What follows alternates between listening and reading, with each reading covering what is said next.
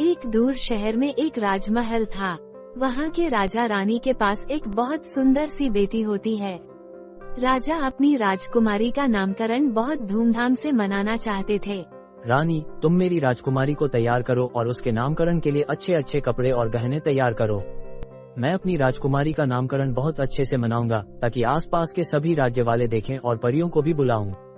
तुम तैयारी करो, मैं दरबार में जाकर सबसे बात करता हूँ। कुछ दिनों बाद राजकुमारी का नामकरण का दिन आता है। राजकुमारी से बहुत सारे लोग मिलने आते हैं, सब अलग अलग तोहफे लाते हैं। वहाँ परियां भी आती हैं। परिया की परी माँ भी आती हैं। परी माँ राजकुमारी के कान में उसको बोलती हैं, तुम अपना राजकुमार खुद देखोगी और मैं तुझे कुछ जादुई शक्तियाँ देती हूँ, वो तुम्हें समय आने पर पता चलेंगी। उसको किश करती हैं। परी माँ इतने धीरे धीरे बोलती हैं कि किसी को कुछ सुनाई नहीं देता। रानी ये देखकर अपनी दासियों से बोलती हैं, इतने सारे लोग आए हैं, कुछ न कुछ लेकर आए हैं। एक तो परी माँ है, एक तोहफा भी नहीं ला पाई मेरी राजकुमारी के लिए। परी माँ ये सब बातें सुन लेती हैं और उनको गुस्सा आता है। वो गुस्से में बोलती हैं, तुमको इतना भी नहीं पता रानी कि घर आने वाले मेहमानों से कैसे बात करते हैं। तुमको तोहफा लेने का लालच है।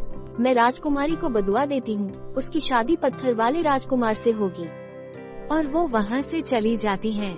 रानी बहुत रोने लगती हैं और बोलती हैं, राजा जी, ये परी माँ गुस्से में क्या बोल गई? अब क्या हमारी राजकुमारी पत्थर के राजकुमार से शादी करेगी? आज के बाद राजकुमारी राजमहल से बाहर नहीं जाएगी। उसको कुछ भी चाहिए होगा महल के अंदर ही मिलेगा। वो महल के बाहर नहीं जाएगी। वो महल के आसपास और ज्यादा सिपाहियों को तैनात कर देता है। देखते देखते बहुत समय बीत जाते हैं।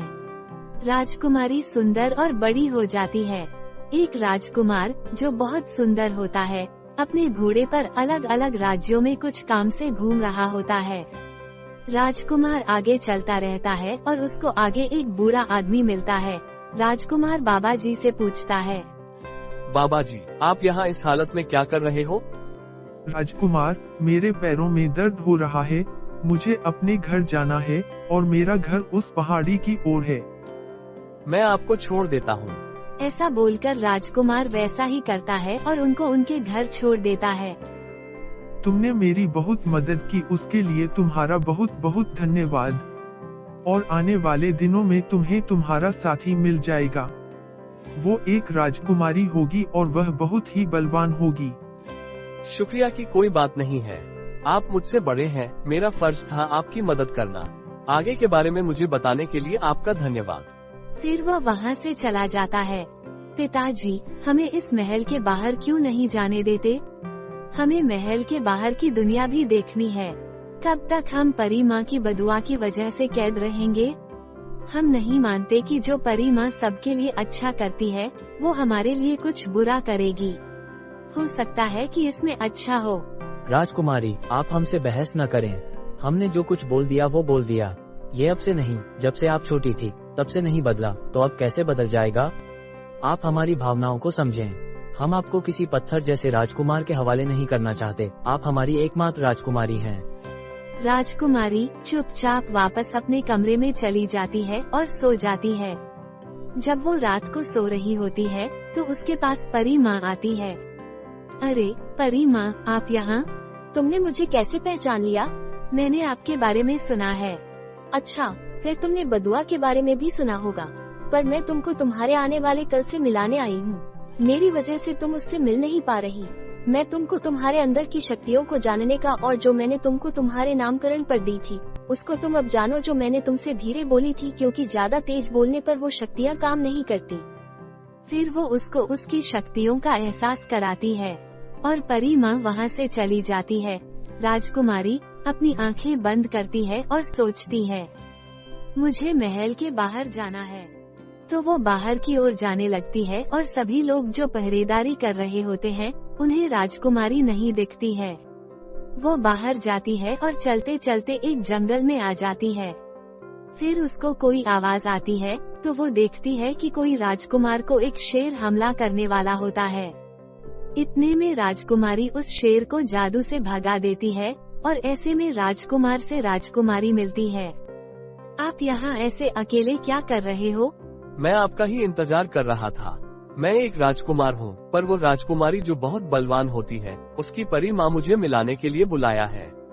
मैंने उसे महल में कभी नहीं देखा, आप मुझे जानकारी दो, क्या वो बहुत खतरनाक होती है? नहीं, वो बहुत अच्छी होती है और उसकी शक्तियाँ भी बहुत शक्तिशाली होती है। तो क्या हम उसे मिल सकते हैं?